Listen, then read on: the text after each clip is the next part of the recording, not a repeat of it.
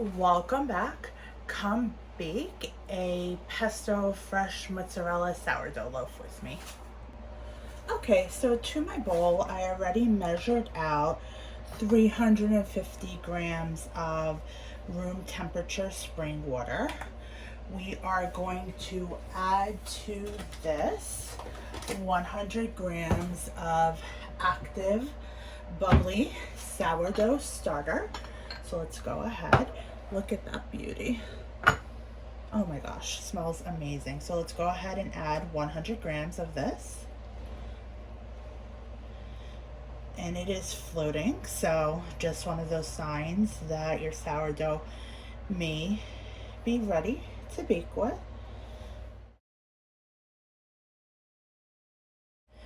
And then to this, we are going to zero out the scale. Today I'm using Bob Red Mill unbleached bread flour. We are going to add 450 grams of bread flour. And then we are going to zero out the scale. I always like to add 50 grams of a different type of flour. Today we are going to use the white whole wheat flour. So we're going to add 50 grams of that. And then we are going to add 10 grams of fine sea salt. And then let's go ahead and take it off the scale. And with our dough whisk, we're going to go ahead and mix this all together until we get a shaggy dough.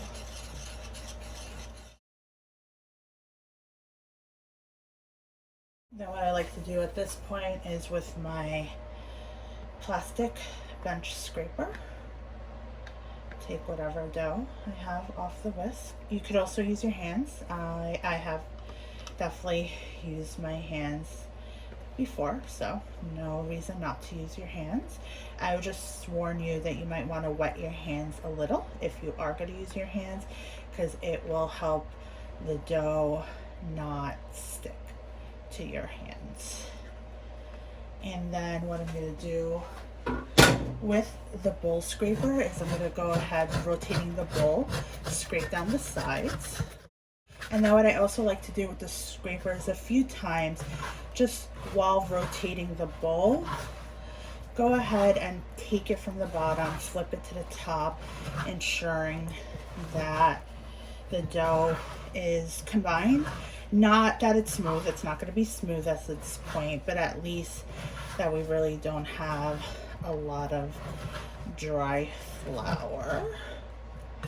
So I'm going to do this for about, I would say, a minute. You could also, like I said, go in with wet hands and combine it and feel how your dough is doing. So the dough looks pretty well combined into this shaggy little mess. What I also am going to do, my kitchen is currently 80.8 degrees. I'm going to go ahead and take the temperature of the dough. I'm just going to wet the tip of the thermometer a little so dough doesn't come out on it. So right now the dough temp is at 83.8, so that's something I'm going to monitor because that could affect the bulk fermentation phase, which we are actually officially in since we have our our wild yeast already in there. So I'm going to cover this with a plastic bowl cover, and we are going to let it sit and ferment release for 1 hour. So we will be back in 1 hour to do our first set of strengthening exercises. Okay, so it has been about an hour and 5 minutes. And this is what our dough looks like, still shaggy. So we're gonna do our first strengthening exercise called a stretch and fold. So what we're gonna do is we're just gonna wet our hands, and then from the top, you're going to get your hands until about halfway in, and you're gonna grab the dough and you're going to stretch it. You don't wanna tear it until you can't stretch it anymore, and then slap it down. Go ahead and rotate clockwise, and if you need to, wet your hands again. And we're going to do the same thing on this side. And it should feel a little harder to stretch, and that's good. That means we're already building our gluten in the dough. And we do this instead of kneading. In traditional bread, you would knead, but over here, we're doing stretch and fold. So that's our third one.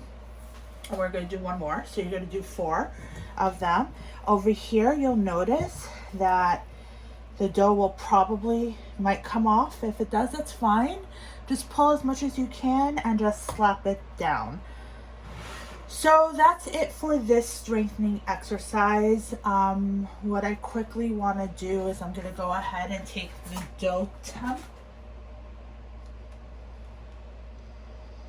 Okay.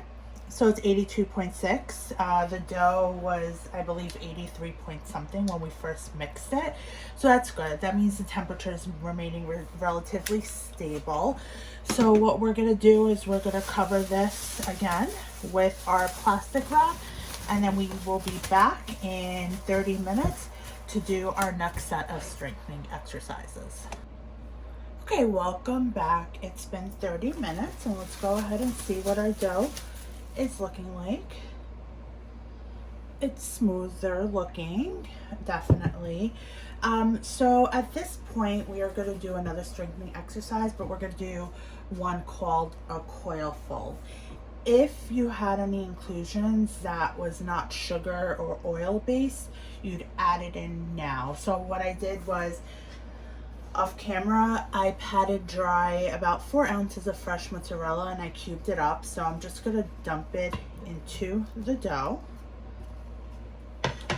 And then what I'm going to do is I'm going to again wet my hands. And for the coil folds, what you're going to do is you're going to slip your hands on each side underneath the dough until your fingertips touch. And then you're going to pull the dough towards you. If it comes off the bowl, that's okay. If it doesn't, you don't want to stretch too hard, and just fold it under itself and push it down. Rotate the bowl 180 degrees. Do the same thing. Pull it towards you, the dough. And then you see how the back folded onto itself, and then push it down. Rotate now the bowl 90 degrees. Go ahead and wet your hands again if you need to. Just don't add too much moisture because then the dough could become harder to deal with. Just add as much as you need for your hands so it doesn't, the dough doesn't stick on your hand too much. Now with this side, you're gonna go ahead and pull towards you, fold that down onto itself. Rotate the bowl 180 degrees. Go ahead, pull it towards you, fold it onto itself. And you see the cheese is slowly starting to incorporate as well into the dough. And then for one good measure, go ahead, just wet your fingertips a little. Pick the dough up from underneath. At this point, it probably lifts up. Just let it fall a little, let gravity take it. And then go ahead and fold it onto itself. And we have done a coil fold. So let's go ahead and take the dough temperature.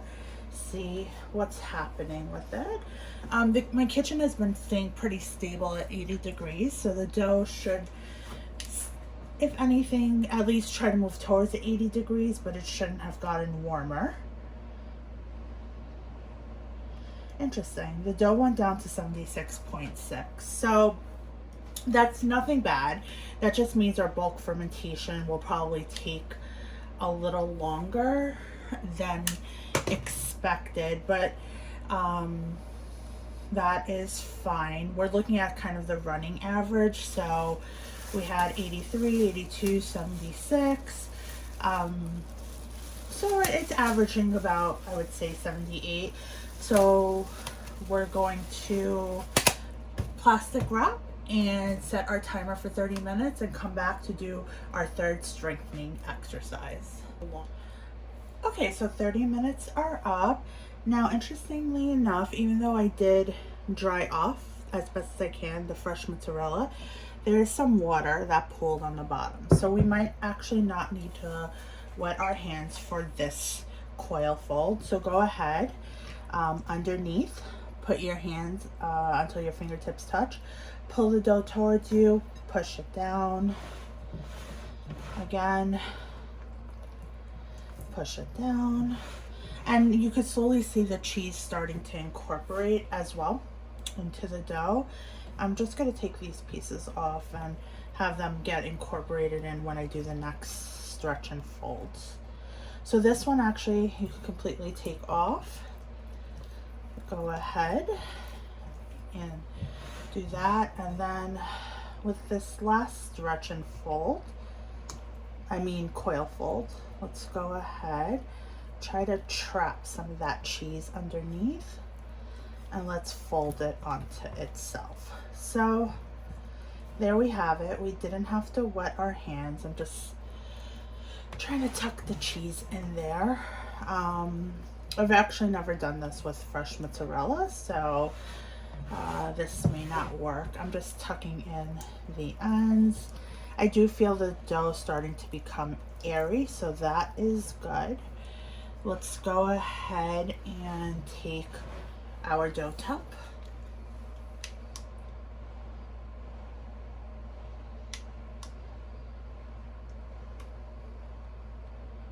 Okay, so it's 79.9, so it rose a little, but it's remaining stable. That's good. So that was our third strengthening exercise. We'll come back in half an hour for one more. There's just one more thing I want to show you, is that, I don't know if you could see, but there are little bubbles starting to form on the dough, and that's good. That means bulk fermentation is taking place.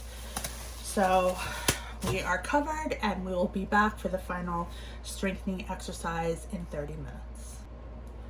Okay, welcome back. So the dough is definitely expanding. It's getting bigger. We could see that. There's a big bubble there, so that's good. So we're gonna do our last strengthening exercise. What I was just doing is testing the stickiness of the dough because it is warmer.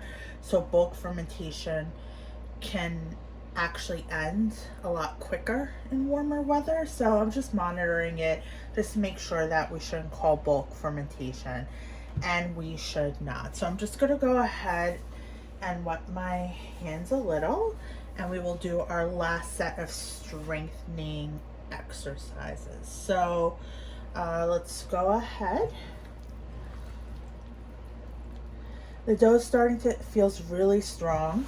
It's starting to feel less dense, which is good. The cheese is now incorporated into the dough, which is what the goal is. And you'll notice that I actually only needed to wet my hand that first time, that the dough is becoming less sticky. So that's good as well. Let's just do one more for good measure. The dough teared a little, which makes sense, the weight of the cheese. So I'm just gonna, sorry for that sigh. Just gonna tuck the dough in underneath. And try to see if I can, okay. So that's it. I don't want to overwork the dough too much. So what we're going to do is let's quickly take the dough temp.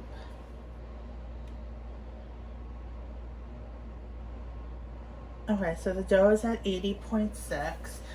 Typically in this weather, with my kitchen being around 80 degrees and the dough being this temperature, it only takes about 4 hours for the bulk fermentation to be complete. We're already at 2 hours and 49 minutes. So what I'm gonna do is we're gonna cover this for half an hour, and we will do a temperature check then. So see you in 30. So, okay, so let's take a look at what's going on. The dough's a little jiggly, not uber jiggly. The dough is tacky, not sticky, but when I pull from the edges, it mostly comes off, but I'm not there yet. I don't think I'm ready to call the end of bulk fermentation. Normally I don't do this, but what I want to try to do is one set of, not coil folds, but stretch and folds, to see if I can make this a more compact ball. I'm just gonna wet my hands a little. At this point, I really don't want to add too much moisture in because the dough's pretty sticky from the fresh mozzarella. I think in retrospect, I probably should have added it during the next part of our process, but that's okay. And I'm gonna go ahead and shape this into kind of a ball. I think this will help us determine the end of bulk fermentation. This is definitely a higher hydrated dough than I normally deal with. So shaping, I think, will definitely be a little tricky for us. Let me go ahead and take the dough temp. Okay, it's at 81 degrees. So what I'm gonna do is let it go for half an hour more, and then I'm gonna call it. While the half an hour is going on, I'm gonna go ahead and set up the counter. I normally would wipe the counter down with a disinfectant, and I'm still gonna do that, but rather than work directly on the counter today, I think I might work on a pastry mat that I picked up. So I'm gonna go ahead and do that off camera and see you back in 30. Okay, welcome back. So let's take a look at our dough. It is very jiggly, and it is definitely increased in volume. When you touch it, it's tacky, so that's good, and it's pulling away from the edges quite nicely. So we're gonna go ahead and we are going to shape this. I'm also gonna quickly grab the pesto I have. I got the Trader Joe's pesto, and I decided I'm not going to work on the pastry mat. I'm going to work on the counter that I desanitized. So I'm going to go ahead and sprinkle white rice flour on the counter. Not too much, but just enough to let us work with it. This dough is definitely going to be a little trickier than my normal doughs because the mozzarella cheese added hydration. We go ahead and flip it out. That is a good sign that it fell out of the bowl with very little dough left. Let's go ahead and we're going to do a process called lamination, where we are going to shape it into a wide rectangle. Like I said, in retrospect, this is the first time I've ever done this combination. I would not add my fresh mozzarella during the stretch and fold or coil fold, because it definitely added more moisture than I anticipated, but that's okay. So let's go ahead, try to make that, stretch it out a little bit more. And before we do that, I want to quickly prep the bowl that it's going to go into after I do the shaping, because I have a feeling we're going to have to act a little more quickly because of the stickiness of the dough and the fact that the pesto has oil. So rather than use my banneton, I'm just using this plastic bowl, and I am taking a flour sack towel that I have. Mainly because if the oil drips through, I don't want it to really affect my banneton bowl. And we're gonna go ahead and flour the inside of the bowl. Okay, so that is prepared. Let me move the camera in a little closer. Okay, and let's go ahead, and you see that's oily, so we are going to have to work really quick with this dough. I'm also going to get my bench scraper that I will need. So I take a spoon. I'm just gonna make sure I stir this. It smells amazing, nice and garlicky for sure. But again, we're gonna have to work quick because the oil is going to make shaping a little tricky.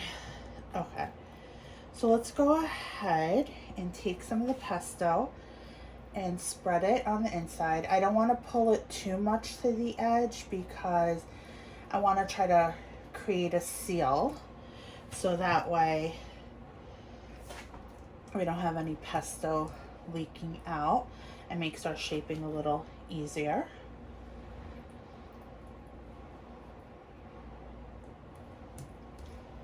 And I've never done a bread with pesto before or fresh mozzarella, but it sounded lovely, so I thought, hey, why not? Okay, so like I said, I don't want to spread it all the way to the end, but let's do that. So let's go ahead and take one side of the dough and fold it onto itself, kind of sealing it in. And now what I'm going to do is I'm going to just put a thin line of pesto down the middle. I have a feeling because of how the dough is slowly tearing from the fresh mozzarella over there. This is going to be a gloppy mess, but hopefully a yummy gloppy mess. And now let me take the other end and just fold it on top of that. Okay. And let's see. I'm not going to put any more here. I already see it coming out. And let's go ahead and just roll this dough onto itself. And I'm going to wet my hands a little. I don't want to use more flour at this point. I think wetting my hands will work. And let's try to shape it, trying to be gentle, not to tear the dough, but let's shape it. So I'm being very gentle. See, I could slowly see it starting to tear here. It teared on top here. That's it. We're not going to shape it anymore. Let's go ahead and scoop this and put it into our prepared bowl. Okay. And let's let it rest for 5 minutes and we'll do some stitching and then we'll be right back.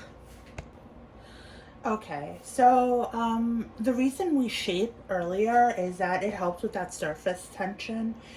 So when we flip this over tomorrow and bake it, it helps build the crust. But since the pesto sauce was starting to rip through the oil, I didn't want to handle it too much. The things with inclusions, especially those that have oil, sugar, or add moisture, it can make the dough trickier to do. So another thing we can do to try to help improve that surface tension is to stitch up the dough a little bit in the back. So by letting it rest for a few minutes, it lets the gluten relax even more. And I'm gonna just try, I don't want to pull too hard because I don't want to rip any of the dough, but I'm gonna try to at least tighten it a little towards the center. And you see how there's this hole here? I just want to see if I can seal it a little bit, but I'm not going to do it too hard because I already see the pesto over there trying to come through. So I'm trying to handle this dough as gently as I can while also trying to build that surface tension that we need. So I'm just going to hold it for a minute. Well, a few seconds. Okay, so I was able to seal it up a little bit more. At this point, what we're going to do is, since I did not do a bench rest for 30 minutes before the pre-shaping, I'm gonna go ahead and sprinkle some rice flour on top to help not have the towel stick to it. Of corset ran out, so let me go ahead and just grab a little from here. And rice, the reason I use rice flour is because it works better with the water. It doesn't react as much, so it doesn't create a paste. It generally doesn't make your dough any denser if it absorbs into the dough. So rice flour works great with that. So let me go ahead and just sprinkle a good amount on there. I'm trying to strike a balance of not doing too much, but any excess we will definitely be able to sweep off when we prepare this for baking tomorrow. So I'm gonna go ahead and cover this with the flour sack towel. And then I have a shower cap here. So I'm gonna go ahead and put it on the bowl. I am going to let it sit on the counter for 20 minutes so that it gets a start on the second rise, the cold proofing. And then in 20 minutes, I'm gonna pop this in the fridge I'm gonna do it overnight. So when I do the dough, I try to do it between 8 to 24 hours. So we will be back tomorrow to bake this up. All right, so it is the next day and we're gonna go ahead and bake our bread. I pulled it out of the fridge. I am glad I went with a plastic bowl because the pesto definitely did leak through the towel. So this is going to be interesting what we see. Okay. So we definitely had some growth on the dough. I'm going to go ahead with a pastry brush and just wipe off some of that excess flour. And I'm going to take our parchment paper and try to center it as much as possible. I always suck at this part, but hey. And let's go ahead and flip it over.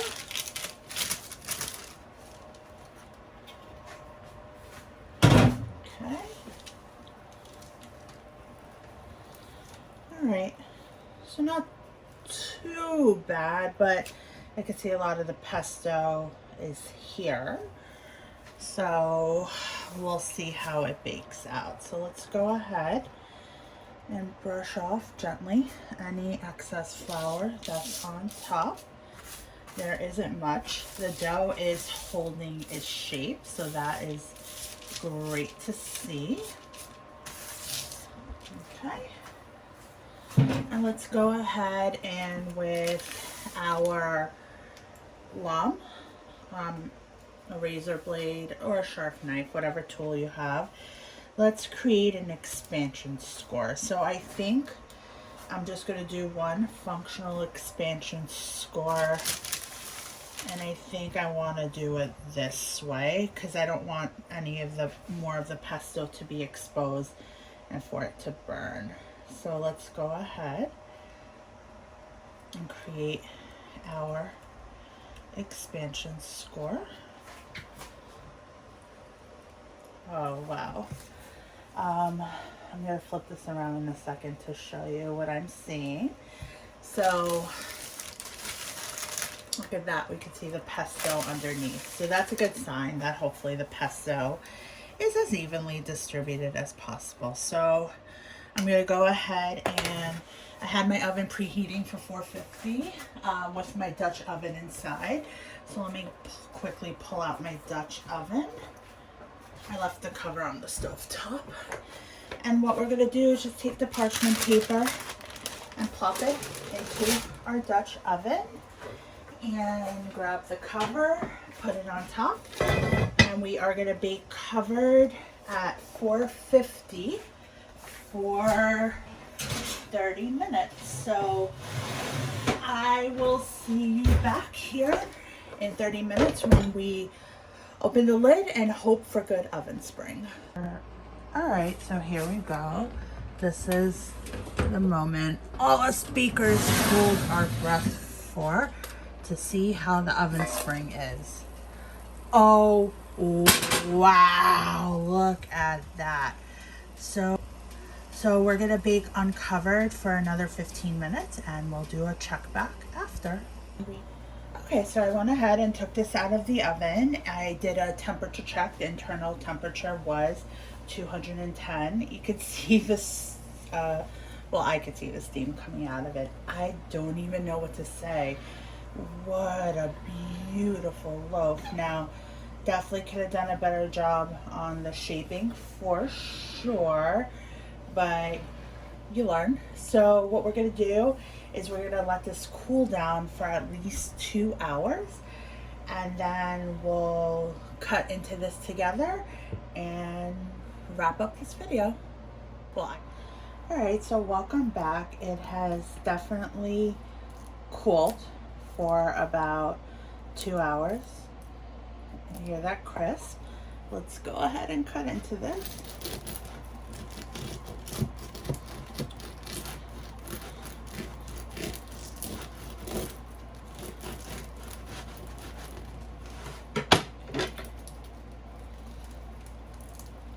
Okay, so definitely bigger holes than expected, but I think I have to do a better job on the shaping and the inclusion, but looks really nice.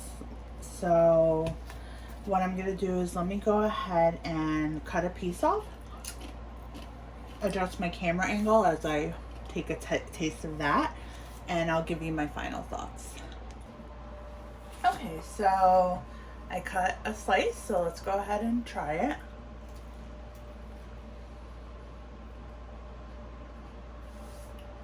Okay, it's pretty good. I'm trying to be rude as I don't want you to see, you know. So this is what I'll say. I do like the combination. I could not post this video and try to do it where it looks 100% great. I think that's part of the fun, right?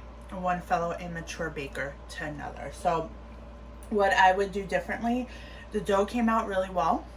It did have good oven spring, but you know, like I said, I have to do a better job with the shaping because we definitely don't want this huge hole. But overall, I'm definitely going to try this combination again. I think the one lesson I learned is I'm going to add the fresh mozzarella during the laminating phase and not during the stretch and fold. I think it added more moisture and it made the dough a little harder to handle. And then I just have to keep practicing on the shaping. Shaping is probably the toughest thing I struggle with right after bulk fermentation. So that's just gonna take practice. I've only been doing sourdough now for maybe 2-3 months. So, but overall, I am happy with this. So I hope you enjoyed this and I look forward to seeing you on the next one.